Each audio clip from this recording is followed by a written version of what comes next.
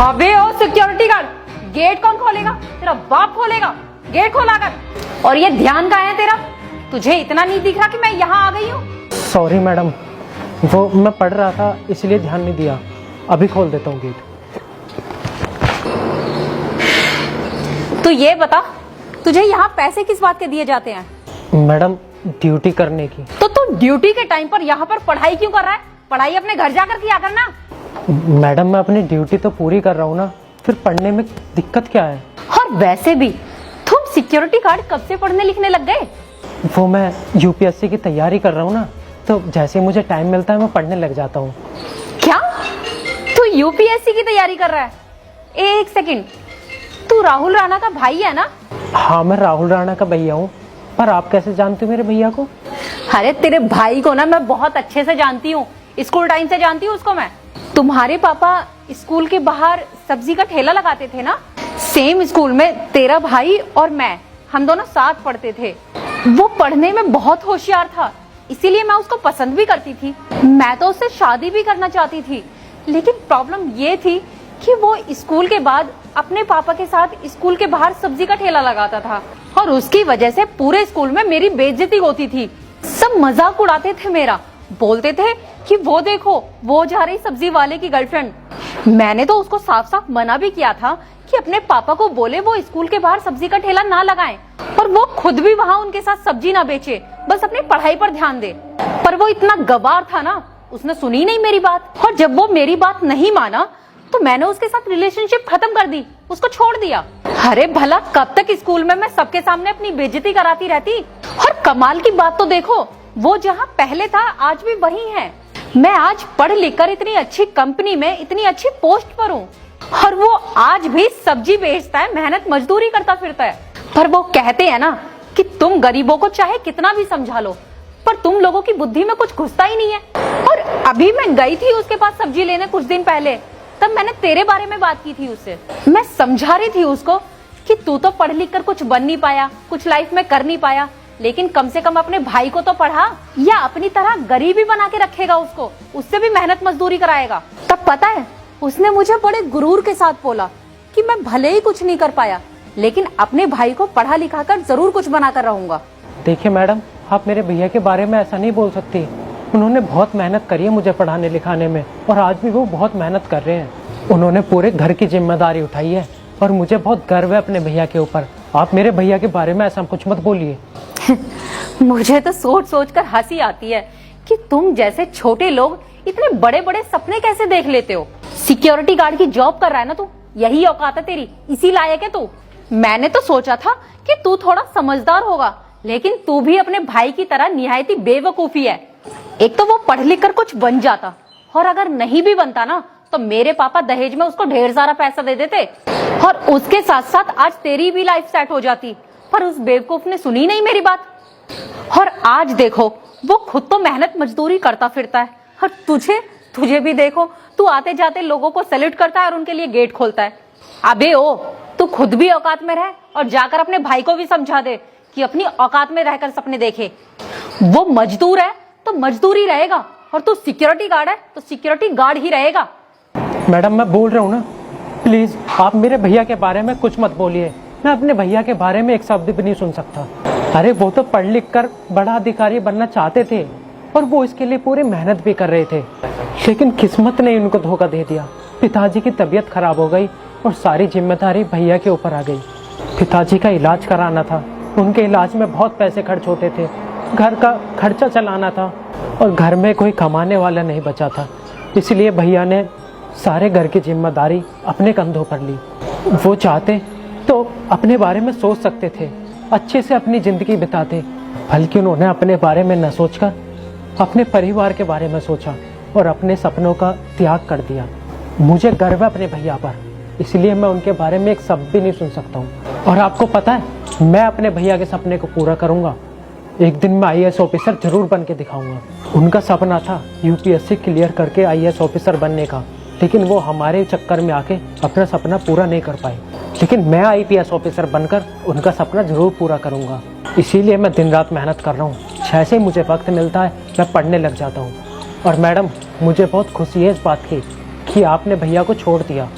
क्योंकि आपसे शादी करके भैया को पैसे तो मिल जाते और हो सकता है बहुत सारा दहेज में मिल जाता, लेकिन आपसे शादी करके भैया का और हमारा सुख चैन छिन जाता। हमारी जिंदगी बर्बाद कर देती आप। अबे ओ, तेरी हिम्मत कैसे हुई मुझसे इस तरह से बात करने की? तुझसे 2 मिनट यहाँ खड़े होकर मैंने बात क्या कर ली? तुझे क्या लगता है कि तू कुछ भी बोलेगा मुझे? तेरे भाई के साथ रिश्ता था मेरा, लेकिन अब नहीं है। अब तू यहाँ सिक्योरिटी गार्ड है और मैं यहाँ की मैनेजर, तो मैडम करके बोला कर मुझे। और ज्यादा जुबान चलाई ना मेरे आगे तो 2 मिनट में तुझे नौकरी से बाहर निकलवा दूंगी। बड़ा आया मुझसे बहस करने वाला। चल खड़े होकर अपनी ड्यूटी कर, अब बैठ मत जाइयो।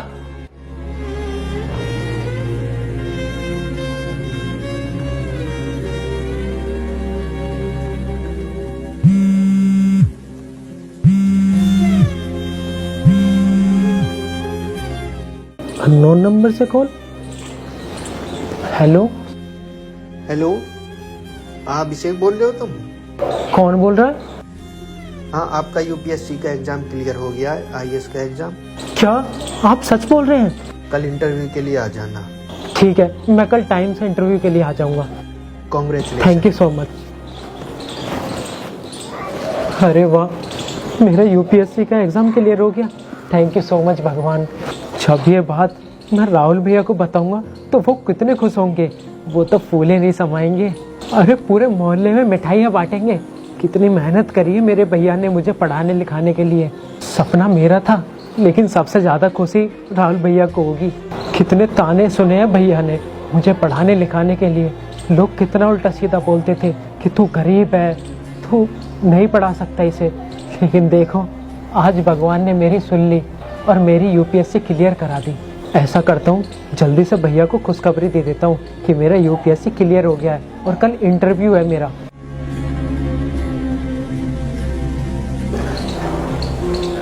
हेलो भैया, अगर आप खड़े हो ना तो बैठ जाइए, क्योंकि जो मैं आपको खुशखबरी देने वाला हूँ कहीं आप उसको सुनकर गिर ना जाए। भैया आपकी मेहनत वसूल हो गई, मेरा यूपीएससी का एग्जाम क्लियर हो गया। हाँ भैया सच में। हाँ भैया, और हाँ कल मेरा इंटरव्यू भी है, दिल्ली जाना है इंटरव्यू देने के लिए। देखिए ना भैया, आपका बरसों का सपना पूरा हो गया। कितनी मेहनत की थी ना आपने मुझे पढ़ाने लिखाने के लिए। मुझसे ज़्यादा सबसे ज़्यादा मेहनत आपने की थी और लोगों के ताने सुने थे मुझे पढ़ाने लिखाने के लिए। कितना कुछ सुनना पड़ता था ना लोगों से तुम्हें कि क्यों पैसे बिगाड़ रहा अपने भैया के चक्कर में आके। तुम गरीब हो, गरीब ही रह जाओगे, ज़िंदगी में कुछ नहीं कर पाओगे, बस ये लेबरगिरी करोगे। कितना कुछ सुनना पड़ता था ना भैया आपको, लेकिन अब आपको किसी की कोई बात सुनने की ज़रूरत नहीं है। अब आप उनको जवाब दे सकते हो कि मेरे छोटे भाई ने मेरा सपना पूरा कर दिया है, उसने यूपीएससी क्लियर कर दिया है और अब वो बहुत जल्द आईपीएस ऑफिसर बन जाएगा। फिर वो लाल बत्ती की गाड़ी में आएगा और भैया जिस दिन हम आईपीएस ऑफिसर की यूनिफॉर्म पहन कर आएंगे ना, देखना आपको कितनी खुशी होगी। और फिर वही लोग जो आपको उल्टा सीधा बोलते थे, आपको ताने देते थे, वही आपके ऊपर गर्व महसूस करेंगे। तो भैया मैं क्या कह रहा था कि इंटरव्यू के लिए दिल्ली जाना है और मेरे पास किराए के लिए पैसे नहीं है। अभी सैलरी मिलने में भी बहुत टाइम है। अगर आपके पास कुछ पैसे हो जाते तो मुझे थोड़े से भेज देते। अच्छा भैया कोई बात नहीं, कोई बात नहीं, आप चिंता मत कीजिए, मैं कर लूँगा मैनेज। ठीक है, हम रखते हैं, आपसे बाद में बात करेंगे। सर आ गए हैं। हे भगवान, भैया के पास भी पैसे नहीं है, मेरे पास भी पैसे नहीं है और कल इंटरव्यू देने के लिए जाना है। कहाँ से करूं पैसों का जुगाड़, क्या करूं? हे भगवान, आप ही सहारा हो। जिस तरीके से आपने आज तक मदद की है, बस आगे भी ऐसी मदद करना। सुनिए। नमस्ते सर। विकास सर का ऑफिस यही है? हाँ सर, विकास सर का ऑफिस यही है। मुझे उनसे मिलना था, क्या आप उन्हें एक बार बुला देंगे? नहीं सर, विकास सर तो नहीं है यहाँ पर, वो मीटिंग के लिए बाहर गए हुए हैं। नहीं है वो? अच्छा, ये बुक किसके लिए रखी आपने? सर ये किताब यूपीएससी की है। यूपीएससी की तैयारी कर रहे हो तुम? वो मैं यूपीएससी की तैयारी कर रहा हूँ। वाह, दिखाना जरा एक बार। जी सर, ये लो।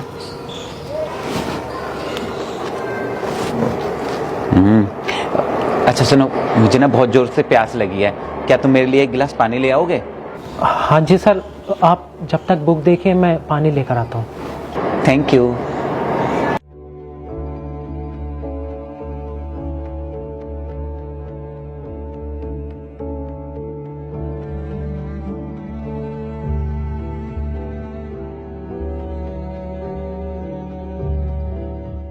सर ये लीजिए सर कहाँ गए? सर सर कहाँ चले गए? अरे मेरी किताब भी यहीं रखी हुई है, हो सकता है जल्दी में होंगे इसलिए चले गए।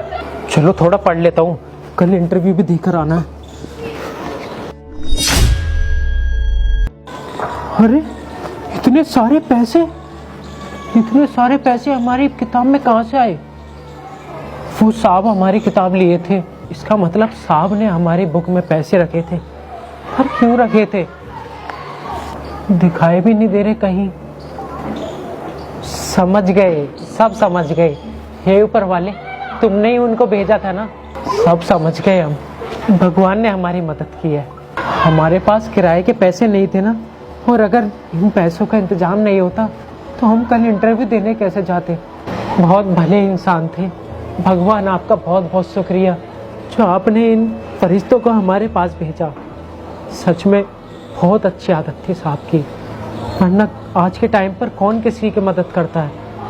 हे भगवान, उन्हें खूब तरक्की देना, हमेशा खुश रखना। अब हम जल्दी से रिजर्वेशन करवा आते हैं, कल टाइम से निकलना पड़ेगा ना।